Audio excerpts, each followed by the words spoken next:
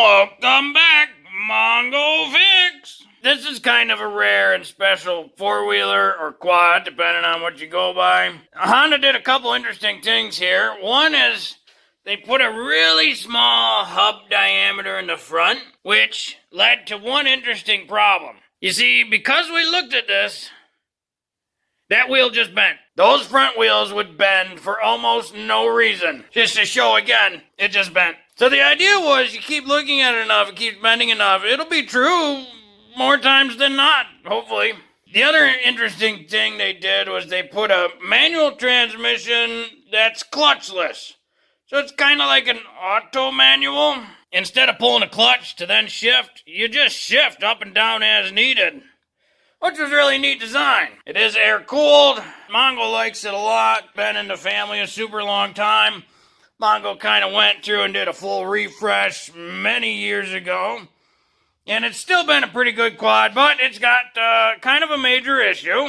If we look at the back, there's a spring and shock down there. That shock is blown right out.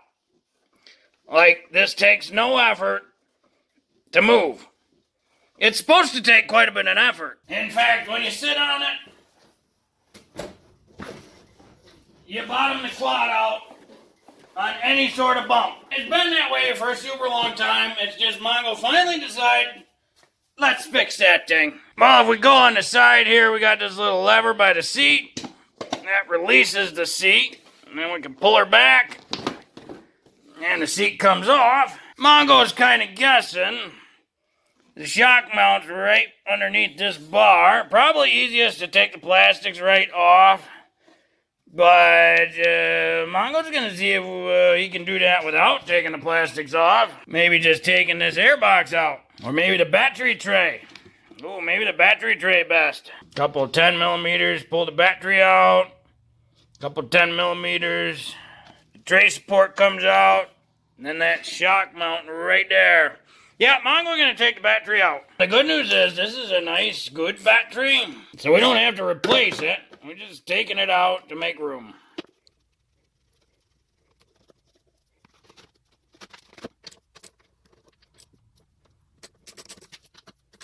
Again, these are just 10 millimeter bolts.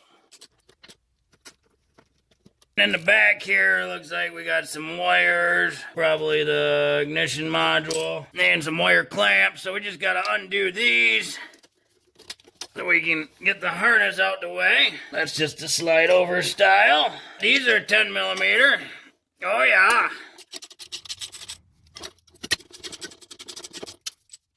With old electronics, Mongo prefers just unbolt it, don't undo the connections, because you never know.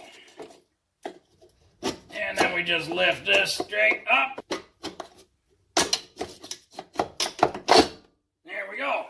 Now we got a bit more access to get to the bolts way up here. Bottom side, we have one bolt that goes through this shock spring, kind of like a strut assembly. This lower skid plate has a handful of 12 millimeter bolts. You can take that off if you'd like, but one side of this is a 14 millimeter.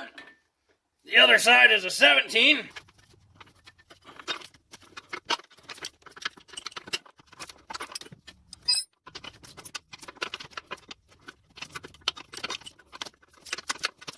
Once you get that nut off, you can take a little pry bar, just slide it right above the axle tube, put a little pressure on the bottom of that strut thing.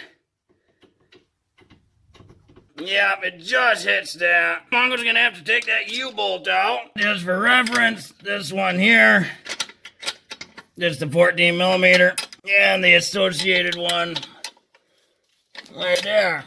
So we lift that U-bolt out the way. Try this again. Little pressure. That bolt comes right out. And now the top of the quad is going to kind of want to fall right down. And just up inside here on the top bolt, again, we got a 17 millimeter, 14 millimeter.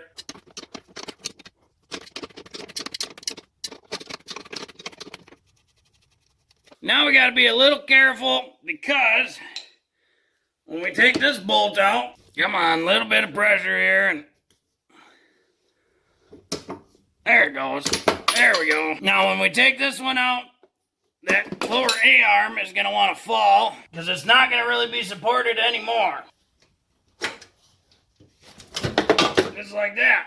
So now she kind of sits on her butt. We got that shock out, so now you could order a new one, but Mongo knows a guy who's got an ATV and snowmobile salvage yard, and Mongo's going to get a new one from him. Well, new to Mongo. And Mongo got the new shock here. The part with the sticker goes up.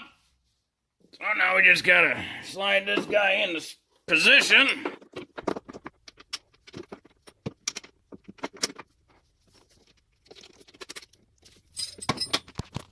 Use our little pry bar again.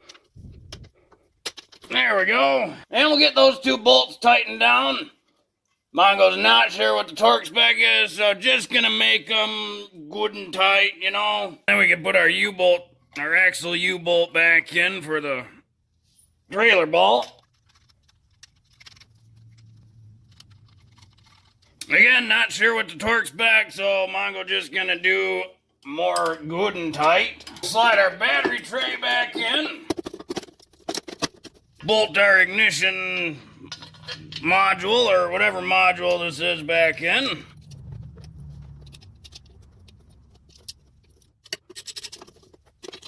And again, just good and tight, plenty. Electrical connectors back in their locked positions. And we'll bolt down our little battery tray. That way it's secured. Just good and tight. And we'll drop in our battery and get that hooked back up.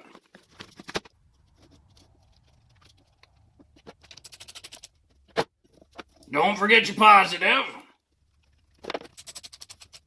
Now we can slide our seat back in, and it's just got a couple little grabber things here. Slide it forward and push the back down. And that is a much better shock. That's how it should be. Mongo's super happy about that. I'll fire her up, make sure it still works. A little bit of choke. Beautiful. Well, hopefully this video helped you. If you got an old Honda 200SX that needs a new rear shock, or at least a functioning rear shock, they're super easy to change out. Pretty quick job. Well, if you like this video, be sure to like this video. Yeah, if you like this video and other videos from Mongo Fix, be sure to subscribe. Mongo always working on all sorts of stuff. Mongo, thank you.